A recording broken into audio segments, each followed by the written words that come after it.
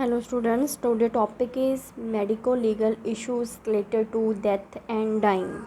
कि related to death and dying कौन कौन से जो illegal issues है वो बनी हुई है. So first है do not resuscitate order. Sudden death from cardiac arrest require cardiac pulmonary resuscitation by competent persons. CPR is life-saving measure according to the agency policy unless the primary physician has written a do not resuscitate order.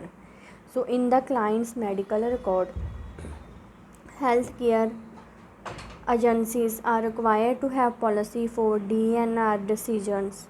When the client is either comatose or near death, there should be knowledge provided by the physicians the client's family about the action to prolong the client's life. कहते जो first medical legal issue है related to death and dying कि first हमें मतलब होना चाहिए हमारी knowledge में कि जैसे पेशेंट की डेथ हो रही है, जब वो डाइंग कंडीशन में है तो डेथ वाली कंडीशन में जाने वाला है, तो हमने पेशेंट पर सस्टिटेशन अप्लाई किया कि नहीं, मीन्स CPR का प्रोसीजर किया कि नहीं. सो अगर हमारा के मतलब CPR क्या है, एक पर्सन की लाइफ को जो है वो सेव करता है, थोड़े टाइम के लिए सर्वाइव करवा सकता है. सो CPR प्रोसीजर जो है वो मतलब जब पेशेंट की डेथ होने वाली है वो नेसेसरी होता है डॉक्टर फिजिशियंस के लिए कि पेशेंट को CPR देना होता है. सो कहते एक लीगल इशू बन चुका है कि डू नॉट, अगर उस टाइम हम पेशेंट की डेथ के जैसे डेथ हो चुकी है या मतलब होने वाली है, तो हमने CPR का प्रोसीजर करना ही होता है पेशेंट पर. अगर नहीं करते तो वो एक लीगल इशू बन जाता है. सो हम उसे डू नॉट रिसस्टिटेट ऑर्डर के नाम से रिकॉर्ड में मेंशन कर देते हैं कि पेशेंट पर जो है रिसस्टिटेशन का CPR का प्रोसीजर डॉक्टर्स ने नहीं किया. तो ये ऐसा इसलिए होता है. सो क्या पता अगर हम पेशेंट के ऊपर CPR का प्रोसीजर कर लेते तो पेशेंट की जो लाइफ थी वो सेफ़ हो जाती. सो नेक्स्ट है wills of the patient. Various countries have law regarding the legal requirement for written and oral wills. Nurses are usually required to notify the physician and nurse supervisor before acting as a witness and signing a will. Nurse should refrain from assisting the client with the wording of the will, as this should be done with legal advice from an advocate.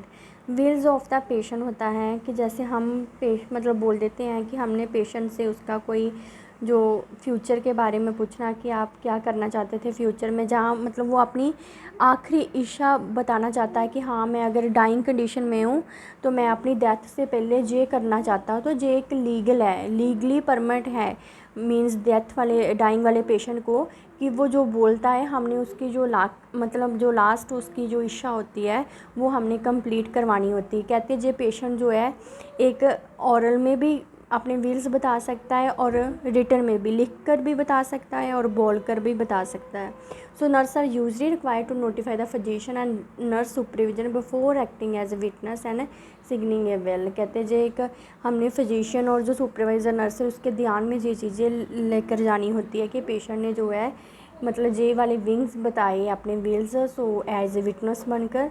So nurse should refrain assisting the client the wording of the will and they should be done with legal advice. कहते हैं अगर वो उनकी legal advice के according है तो patient जो है उनके लास्ट जो वर्ड है वो मतलब पेशेंट के वो हमारा जो मतलब मेडिकल स्टाफ है वो पूरा करता है.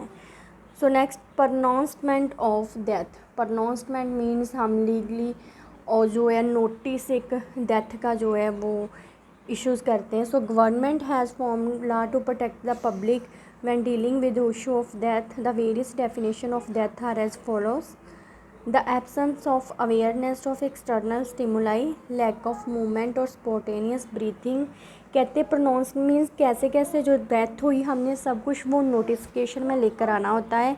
एक नोटिस में अपना रिकॉर्ड एंड रिकॉर्डिंग डाटा जो है मेंटेन करना होता है. लाइक कि डेफिनेशन तो डेथ की कही है लेकिन कहते क्या क्या फॉलोज़ हो रहा है. So the absence aware of external stimuli, lack of movement, dying जो कंडीशन थी उसमें पेशेंट का क्या क्या वो साइन एंड सिम्टम लिख देने हैं। सो उसमें क्या होगा, lack of movement, spontaneous breathing, absent reflex, a flat brain wave, ECG and definition of brain death which require irreversible cessation of all functioning of the brain. It is usually when the scope of practice of medicine to pronounce a client dead. Means ये चीज़ें हम देख कर ही and में अगर हमें थोड़ा बहुत पल्स और रेस्पिरेशन से कन्फ्यूजन हो रही है तो हम एंड में इलेक्ट्रोस्फेलोग्राम करवा देते हैं या ECG करवा देते हैं, उससे पता चल देता है कि हाँ ब्रेन जो प्रॉपर डेड हो चुका है। इट्स मीन हम डिक्लेयर कर देते हैं कि पेशेंट की डेथ होगी। द नेक्स्ट एक मेडिकल इश्यूज़ हैं, केयर ऑफ डिसीड्स जो हम किसको बोलते हैं, जिसकी डेथ हो चुकी होती है, लाइक मृतक बोलते हैं। सो केयर ऑफ डिसीड कहते हैं जो पेशेंट की डेथ हो चुकी है हमने उस पेशेंट की जो है वो केयर कैसे करनी है। So when a client dies the nurse is responsible to treat the disease with respect and dignity. कहते हैं जब क्लाइंट की डेथ हो जाती है या डाइज हो जाता है तब भी हमने पेशेंट की रिस्पेक्ट एंड डिग्निटी करनी है। The nurse should prepare the body for removal to mortuary according to agency policy. कहते हैं हमने प्रॉपर प्रोसीजर करना है, नर्स ने प्रॉपर जो है डेड बॉडी को प्रिपेयर करना है मॉर्चरी, जो मतलब मॉर्चरी रूम में हम रखना चाहते हैं वहाँ के जो एजेंसी और पॉलिसीज़ हैं। So nurse is responsible for properly identifying the body could result in severe distress for the family as well have legal ramifications for both hospital and the nurse. So कहते हैं nurse proper जो है उस body को जो है identification करेगी, identification tag लगाएगी ताकि जो है बॉडी जो है वो कोई कन्फ्यूज़न ना हो जाए उस टाइम। ठीक है। सो ऑटोप्सी अब आपको पता चल ही गया होगा क्या चीज़ है। An autopsy is perform to determine the cause of death in case of suspicious death और presence of communicable disease. The cause of death also has to with payment with insure policy and the worker compensation. Autopsy का meaning है postmortem, कि जब patient की death हो जाती है तो उसके पीछे अगर हमें कॉज नहीं पता चलता तो हम पेशेंट का पोस्टमार्टम करवाते हैं कि एग्जैक्ट हमें पता तो चल जाए कि पेशेंट की जो डेथ है वो किसकी वजह से हुई है। ठीक है। सो ऑटोप्सी में आपने 3 मतलब जो स्टेप्स भी प्रोसेस भी पढ़े थे कि हम कौन कौन से टाइप की जो है ऑटोप्सी करवाते हैं, एक्सटर्नल एंड इंटरनल जो पोस्टमार्टम होता है। ठीक है। सो कहते हैं एक लीगल इशू है कि हाँ हमें मतलब लॉ अकॉर्डिंग टू लॉ अगर पेशेंट ने सुसाइड कर लिया जो कि और केस है हमें कॉज का पता नहीं चल रहा है तो एक मेडिकल लीगल मतलब लॉ है कि हम पेशेंट की पोस्टमार्टम करवा सकते हैं उसका कॉज के लिए। सो कहते हैं इसमें क्या है, it require a consent in writing and nurse is responsible for ensuring that all documentation is in place before releasing a body for autopsy. कहते हैं ये नर्स की रिस्पॉन्सिबिलिटी है जब पेशेंट को पोस्टमार्टम के लिए भेज रही है तो उसकी रिस्पॉन्सिबिलिटी है कि उसने प्रॉपर जो है डॉक्यूमेंटेशन और रिकॉर्ड जो है प्रिपेयर कर ऑटोप्सी रूम तक जहाँ पर पोस्टमार्टम मतलब वार्ड या सेंटर बनी है वहाँ पर पेशेंट को छोड़ना है। तो नर्स ने ही रिस्पॉन्सिबिलिटी है प्रॉपर डॉक्यूमेंटेशन करे पेशेंट की। सो नेक्स्ट है organ donation. The donation of organs for transplantation is a matter that require compassion and sensitivity from the care givers. It is the important that family of the deceased to know the importance and process for organ donation. Organ donation कि कई बार होता है कि like patient को पता चल जाता है कि मेरी डेथ होने वाली है तो अपनी वो डेथ से पहले एक नोटिफिकेशन एक साइन कर देता है कि मैं अपने इस पार्ट का जो है ये पार्ट ऑर्गन जो है ये डोनेशन करना चाहता हूँ। तो कहते हैं जो फैमिली मेम्बर जो डेड बॉडी मतलब जहाँ पेशेंट की डेथ हो चुकी है मृतक के फैमिली मेम्बर के ध्यान में होना चाहिए कि हाँ हमारे जो फैमिली मेम्बर्स है जिसकी डेथ हो गई है उसने ऑर्गन डोनेशन के लिए मतलब किया था, साइन किए थे। So in some countries any person of age 18 और older may become an organ donor by written consent. कहते वैसे तो एक रिटन कंसेंट ही होता है कि हाँ एज 18 ओल्डर एज से स्टार्ट होता है। So in the absence of proper documentation a family member legal guardian may authorise donation of the organ. कहते हैं अगर इन केस कोई एब्सेंस रह जाती है डॉक्यूमेंटेशन प्रॉपर होने में कि वो जो मृतक पेशेंट था उसके साइन चाहिए थे लेकिन वो अब रहा नहीं तो साइन, कहते तो उसके जो फैमिली मेम्बर्स है वो जो रिमेनिंग मतलब फॉर्म है या कंसेंट साइन करवाने वहाँ पर सिग्नेचर कर सकते हैं। So it require the collaborative effect of the nurse physician social worker and clearly to ensure timely removal of the organ. कहते हैं कोलैबोरेटिव अफेक्ट होते हैं सबके, नर्स भी, फिजिशियन भी, वर्कर भी, क्लर्गी, सब कुछ कहते हैं इसमें इन्वॉल्व होता है कि एक पेशेंट जब अपनी डेथ के बाद अपने जो ऑर्गन है वो डोनेशन करवाना चाहता है।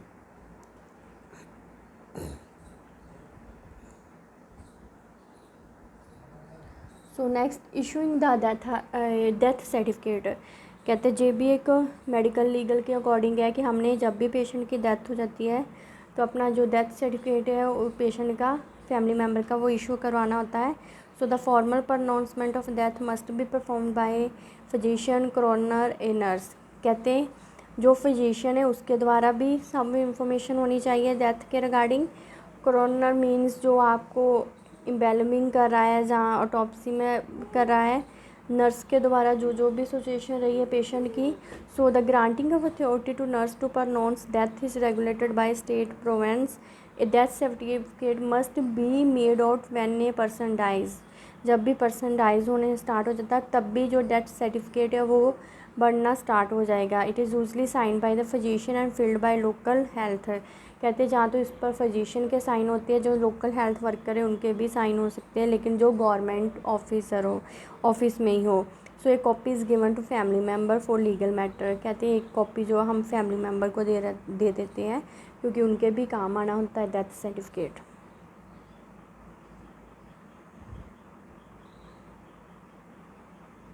सो नेक्स्ट है लेबलिंग ऑफ डिसीड।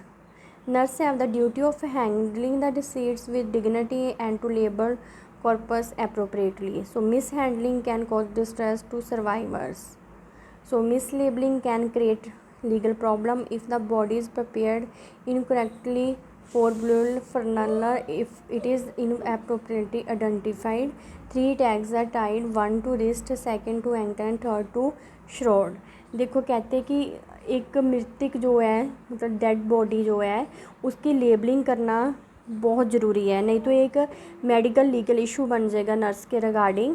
कहते हैं प्रॉपर जो हमने आइडेंटिफिकेशन करनी है, ये ना होए हम पेशेंट को ब्यूरल और फरनल मीन्स उसकी जो डेड बॉडी जैसे भी हमने मतलब संस्कार करना या कुछ भी चीज़ें हैं तो हम पेशेंट को कंफ्यूज ही ना कर दे, कहीं और किसी के डेड बॉडी ना ले जाए तो एक बहुत बड़ा इश्यूज़ बन सकता है। सो इसलिए हमने मतलब अकॉर्डिंग टू लॉ 3 टैग जो है वो टाइड होने चाहिए पेशेंट की डेड बॉडी पर, और एक तो जब हमने कवर किया शीट के साथ उसके ऊपर और 2 इन बिटवीन होने चाहिए,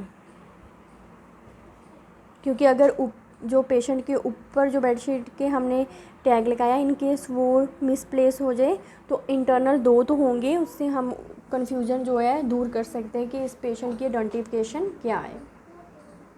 देन नेक्स्ट है euthanasia. It is mercy killing. This mean easy और painless death. The word was derived from Greek word meaning good death. Euthanasia होता है कई बार पेशेंट इतनी ज़्यादा पेन कंडीशन में है, सीवियर कंडीशन में हो जाता है कि उसकी डेथ नहीं हो रही, मीन सांस तो चली जा रही है लेकिन बॉडी में कुछ नहीं है, तो हम उसको गुड डेथ मतलब दिवा सकते हैं। एक और मतलब ला है कि हम पेशेंट को मतलब उसकी जो है पेन जो पेन के साथ डेथ हो रही है उसको हम पेनलेस करवा दें। सो कहते हैं इसके 2 मतलब प्रोसीजर हैं, एक एक्टिव यूथेनेसिया होता है, एक पैसिव यूथेनेसिया होता है। सो एक्टिव में क्या करते हैं, it is to take deliberate action to end the patient life. कहते हैं एक डेलिब्रेट एक्शन है कि हम पेशेंट की लाइफ को एंड करवाने जा रहे हैं। So a physician who administrator a lethal overdose commit active euthanasia. हम पेशेंट को मतलब सीधा ही जो है वो पेनलेस करवाने के लिए पेशेंट की मतलब डेथ कंडीशन जो है अक्रिंग करेंगे, तो हम लीथल की जो ओवरडोज है उसको कमेंट कर देंगे कि जो किसी, तो उसके साथ जो है पेशेंट की जो मतलब डेथ है वो पेनलेस हो जाएगी। देन सेकंड क्या है, it is stopping the treatment. कहते हम धीरे धीरे जो हम मतलब दे रहे हैं, ट्रीटमेंट दे रहे हैं, उसको स्टॉप करते जा रहे हैं। लाइक कैंसर का पेशेंट है, कीमोथेरेपी दे रहे हैं, वो स्टॉप हो जाएगी। सर्जरी है वो नहीं करेंगे। एनजी फीडिंग वो रिमूव कर देंगे। Antibiotic therapy but taking no step to end his life. कहते हैं लेकिन हम सीधा ही उसको कोई इंजेक्शन नहीं लगा देंगे कि पेशेंट की डेथ हो जाए। हम धीरे धीरे उसका जो ट्रीटमेंट है वो स्टॉपिंग करते जाएंगे। उसको कहते हैं पैसिव यूथैनेसिया। सो यूथैनेसिया एक लीगल है, अकॉर्डिंग टू लॉ है, हम इसको यूज़ कर सकते हैं।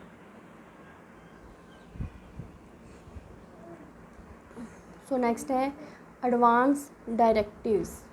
The concept has to develop as mechanism for dealing with some of decisions that arise when caring for terminally ill where there is no hope for recovery.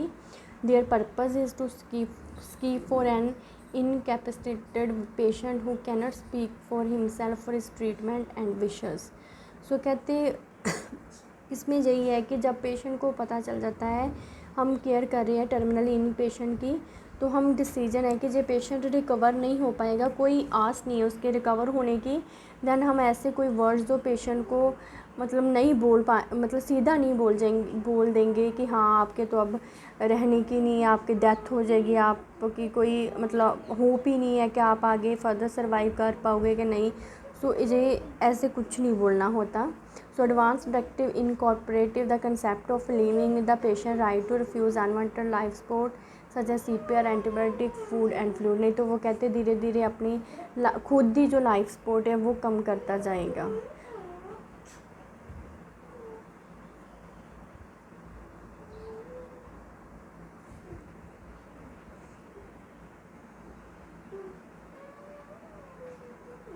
Okay, सो आज क्या किया था हमने, medical legal issue related to death and dying. सबसे पहले अगर हम CPR का प्रोसीजर पेशेंट की डेथ पर नहीं करते तो ये भी एक लीगल लॉ है। सो हम डू नॉट रिससिटेट ऑर्डर का रिकॉर्ड में मेंशन कर देते हैं। विलिंग्स ऑफ द पेशेंट, पेशेंट की जो आखिरी इच्छा होती है, जो उसके आखिरी वर्ड्स होते हैं, हमें उनको पूरा करवाना होता है। प्रोनाउंसमेंट ऑफ डेथ, हमें सब डेथ के रिगार्डिंग नोटिस जो है वो प्रिपेयर करने पड़ते हैं और सब साइन एंड सिम्टम देखकर ही पेशेंट की डेथ को डिक्लेयर करना पड़ता है। देन केयर ऑफ डिसीड, हमने प्रॉपर जो डेथ पेशेंट है, डाइज पेशेंट है, उसकी रिस्पेक्ट एंड डिग्निटी को मेंटेन करना है। ऑटोप्सी, ऑर्गन डोनेशन, हम पहले से ही रिटर्न कंसेंट ले लेते हैं ऑर्गन डोनेशन के।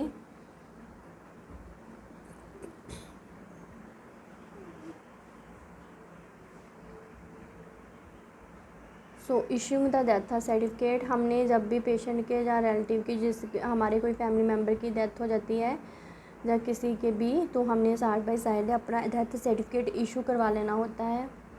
लेबलिंग ऑफ डिसीज़, अगर नर्स जो है गलत लेबल मार्क कर देती है या आइडेंटिफिकेशन अच्छे से नहीं लगाती तो ये एक लीगल इशू हो जाता है नर्स के रिगार्डिंग। जो टेंसी होता है, हमने एक पीसफुल डेथ देनी होती है पेशेंट को। सो हम 2 वे से दे सकते हैं। एक्टिव से मीन्स कि हम कोई डोज या लाइक जब लीथल की ओवरडोज कर देंगे तो पेशेंट की जैसे धीरे धीरे डेथ हो जाएगी आराम से। देन पैसिव में हम उसके जो ट्रीटमेंट चल रहा है उसको धीरे धीरे स्टॉपर्स करवाते जाएंगे।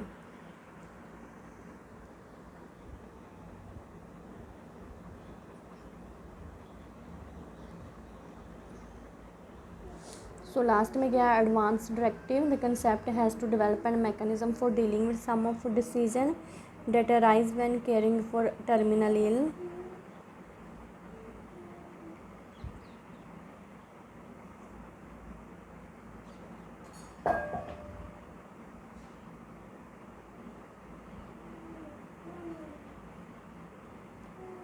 ओके, पढ़ लिया एडवांस डायरेक्टिव। इसमें यही चीज़ है कि हमने अगर पेशेंट के चांसेस नहीं है बचने के, कोई रिकवरी के चांसेस नहीं है, होप नहीं है, तो हम ऐसे वर्ड्स जो है एकदम से कुछ ऐसा नहीं बोल देना कि पेशेंट को जो है उसके मतलब वो अपने ट्रीटमेंट में या विशेस में उसको लेकर ही ना आए, जो फर्दर ट्रीटमेंट है वो ही ना करें। लाइक आप धीरे धीरे फूड एंड फ्लूइड्स भी ना लें तो रिफ्यूज़ कर दे अनवांटेड लाइफ सपोर्ट कि अब तो मैं मरने वाला हूँ। सो इस करके ऐसे वर्ड्स नहीं बोलने कि पेशेंट को यही हो जाए कि भी मैंने मतलब मैं और 2 महीने को मरूंगा, लेकिन मतलब मैं आज ही क्यों नहीं मर जाता, मरना तो है।